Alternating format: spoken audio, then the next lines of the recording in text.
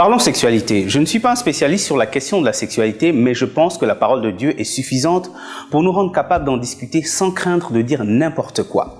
En tant que chrétiens, nous devons permettre à la parole de Dieu de définir notre comportement sexuel. Laisser le monde séculier que nous connaissons avec ses travers déterminer ce qui est bon ou mauvais sur la question de la sexualité serait comme prendre position contre le plan de Dieu pour la société dans laquelle nous vivons. Nous sommes faits à l'image de Dieu et nous devons être des exemples de pureté. Le sexe est réservé aux personnes mariées. C'est ce que la Bible prévoit. Et nous ne devons pas nous en servir comme un jouet. Je ne vous apprends rien en vous disant que dans ce monde, ceux qui ont le plus grand palmarès sexuel sont, paraît-il, des grands. Et même entre garçons dans les écoles primaires et dans les lycées, les honneurs sont proportionnels au nombre de filles découvertes sexuellement. J'essayais de sensibiliser une jeune demoiselle il y a quelques années. Celle-ci avait régulièrement des rapports sexuels que je qualifierais de délinquants, avec plusieurs partenaires dans le mois. Elle me faisait savoir qu'elle s'amusait juste. Pouvez-vous, entre nous, vous amuser en appelant des inconnus, vous regarder pendant que vous prenez votre douche? J'imagine que la réponse est non. Alors, pourquoi ce qui fait votre intimité, votre jardin secret, votre pureté, votre dignité, vous le livrerez à qui le veut à titre d'amusement? Vous êtes d'accord avec moi qu'on a un gros problème dans la société. Comment voulez-vous que l'on accorde des médailles à des champions du vagabondage sexuel avec tous les risques que ça comporte?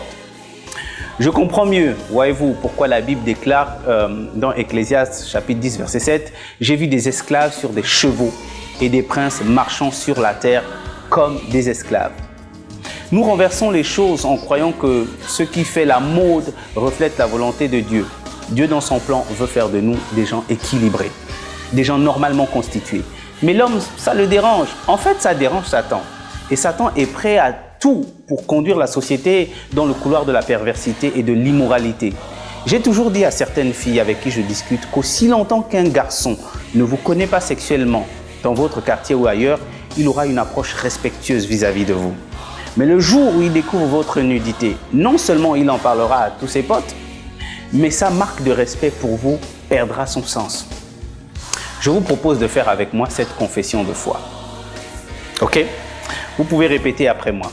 Au nom de Jésus, je déclare avoir été rendu juste devant Dieu par Jésus. Je ne suis plus un pécheur, je suis sauvé par la grâce de Dieu. Par Jésus, Dieu m'a fait grâce de son pardon et de son amour. Je choisis de craindre le Seigneur et de respecter sa parole. Je proscris le mal et je proclame en moi tout ce qui est juste et bon.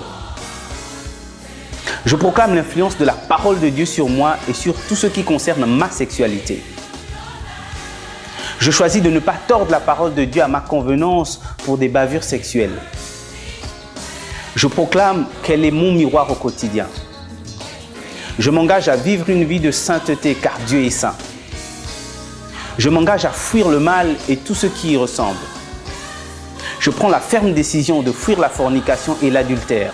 Je m'engage à éviter de regarder tout ce qui peut compromettre ma décision de vivre dans la sanctification. Je présente à Dieu mon corps comme un sacrifice vivant, saint et agréable. Mon corps lui appartient. Que chaque membre de mon corps lui fasse honneur. Je proclame que je reçois le pouvoir de vivre dans la sanctification. C'est au nom de Jésus que je proclame ces choses. Amen. La Bible dit que tout homme sera rempli des conséquences de ces déclarations, qu'elles soient bonnes ou mauvaises. Donc, assurément, ce que vous venez de proclamer va s'accomplir. Posez-vous toujours la question, qu'est-ce que j'aimerais que mes cadets imitent de moi? Ok? Ça vous aidera à réagir face à certaines situations. Ok, alors, soyez bénis, sachez que Dieu vous aime et son amour est infaillible.